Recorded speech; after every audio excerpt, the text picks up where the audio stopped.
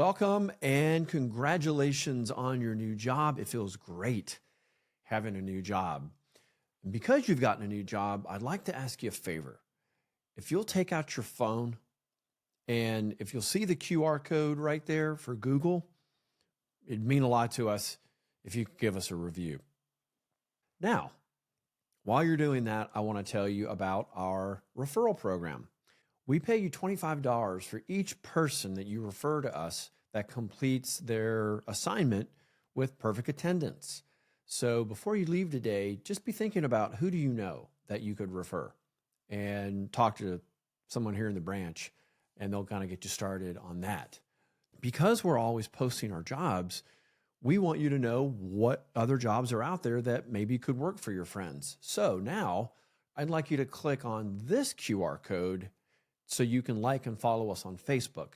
And that's where this branch posts a lot of their jobs so you can see what's out there and you can kind of push your friends to it and you can take advantage of that referral program. All right, let's get your orientation started. I want you to make the absolute most out of your opportunity with us. And the first thing I want you to do each and every day is focus on having a great mental attitude. Some days it's very easy to walk in the front door with a great attitude. Some days are harder though. And what I find works really well for me is if I just stop and remind myself of everything that I'm grateful for. And I go through and just think through all the things that I have and the things that have been done for me. And that tends to get me moving in the right direction and it puts me in a better mental attitude. So whatever you need to do, take that time, get yourself in that right mental state before your shift each and every day. All right. Now, along with that, I want you to get plenty of rest because some of the shifts we work here, they're long, right? You might be working a day shift. You might be working a night shift, whichever one it is. I want you to get as much sleep as you can because it will affect your performance. And I want you to be your best every day. And along with rest, you've got to eat good food and snacks and drink plenty of water. If you neglect any of those things, it really could affect how you feel at work and it'll affect your performance. And I want you to keep that job. I want you to keep that paycheck. Now, speaking of working hard and doing a great job and keeping your paycheck, I do want you to work hard every day and take advantage of this new opportunity. I think good things come to people who work hard and have a great attitude. It shows up because not everybody has that every day. And if you bring that attitude, you will stand out. And speaking of standing out, that'll help you make a great first impression. First impressions are what they say. It's your only time to make them. So one way to make a great first impression is to learn your responsibilities quickly on that first day. Do everything you can to really understand what it is that you're being asked to do, and that'll help you make that great first impression right away. Another thing you can do is be on time every day. Show up 5, maybe 10 minutes early. Get prepared. Maybe that's the time you work on the mental attitude by just giving yourself a few minutes before the shift starts. You see, we actually do have an attendance point system, and you need to take that seriously. Because if you accumulate 9 points for being late, leaving early, or a no call, no show, you're going to add up your points. And when you hit 9, your assignment will be ended. Now, we have a dress code. No ripped jeans, no extremely loose clothes.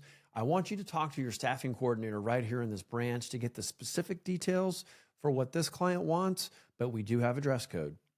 Another great thing that you can do to make sure you've got a great experience with us and with this client is to be a great communicator, right? It all starts with communicating with your teammates, with your shift leader, with your coworkers. Most problems can be avoided when you communicate about a problem or a safety concern. You need a sick day, there's a workplace conflict. The best thing to do is communicate right away, and in some cases, communicate in advance. Teamwork, so important. We love team players. And we want you to really bond with your team at work and bond with us here in the branch. Because the closer we're bonded together, the better we can work together as a team to overcome whatever problems, whatever challenges are going to come up, because things are going to come up. And one of the things that tends to come up for people is they lose focus. So I want you to stay focused. Okay. What happens over time is people get lazy and they tend to lose focus. They get a little sloppy. That might take some shortcuts. I want you to focus on keeping your work quality high. Don't get too comfortable once you get into this thing a couple weeks and think, oh, I've got this. Stay humble and stay focused.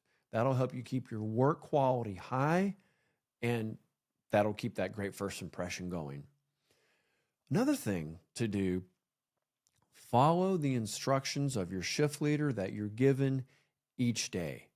You see, what's going to happen, a coworker is going to ask you to help them in one of their stations.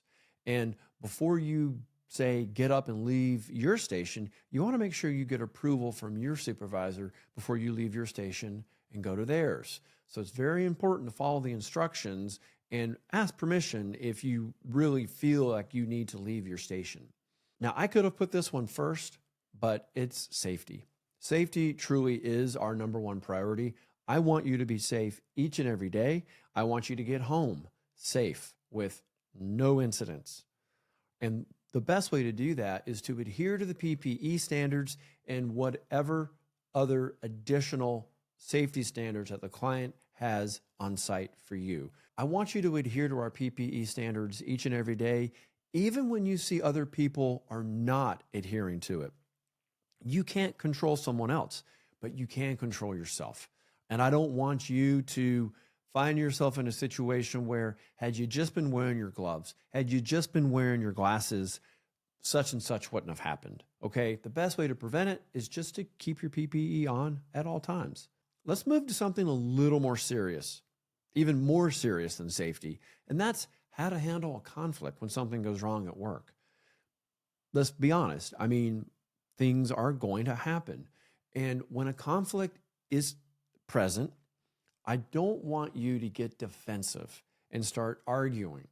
The best thing you can do, just work on keeping your emotions in check. Take a big breath, relax, and remember, you're in the situation, so you have to take responsibility for yourself, right? Don't start blaming others. That's not going to help your situation when you're doing that. And always show a good attitude if you're involved in a conflict and someone is coming to you and trying to help you fix the situation, make the situation better. Show a good attitude about fixing the problem, about fixing the mistake, and getting better. Most of the time, showing a good attitude is the best way to get out of a conflict about anything happening there at work. Time cards. You are responsible for clocking in and clocking out each day. And that also includes clocking out for lunch and clocking back in for lunch. I want you to pay attention to that every day. So make sure your time is being recorded accurately. Now, we do pay weekly based on verified time cards. And that's the key word there, verified. I can't pay you accurately until your time is verified. Who verifies it? The client. That's why you need to be checking that accuracy daily. So if there is an error, if there is an IT issue that's happening that is preventing you from logging in or logging out, you need to notify us right away. Call the branch, call your shift leader over. Do that immediately. That goes back to that communication. Communicate immediately. For any reason your check is not right, remain calm, call the office, and know we will do everything we can to get your hours verified and we'll get you paid as soon as possible. But there are scenarios when time hasn't been checked, time wasn't verified, and the cutoff period is missed. And that means that pay doesn't come till next week. Let's talk about a few things not to do at work before we finish with how to get promoted to a shift supervisor.